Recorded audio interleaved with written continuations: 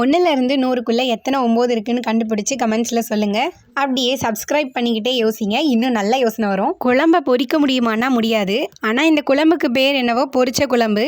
திருநெல்வேலியில் உள்ளவங்க செய்கிற குழம்பு இது. சொல்லப்போனால் புளிக்குழம்பு மாதிரி தான்.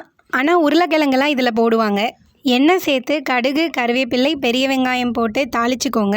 அப்புறம் பூண்டை நச்சு போட்டு நல்லா வதக்கிக்கோங்க. பூண்டு நல்லா வதங்கினதும் தக்காளி சேர்த்து நல்லா வதக்கிக்கோங்க. வெங்காயம் தக்காளி நல்லா வதங்கி வந்ததும் மஞ்சள் தூள், காயப்பொடி, மல்லித்தூள், சாம்பார் தூள், குழம்பு மிளகாய் தூள் சேர்த்து நல்லா வதக்கிக்கோங்க.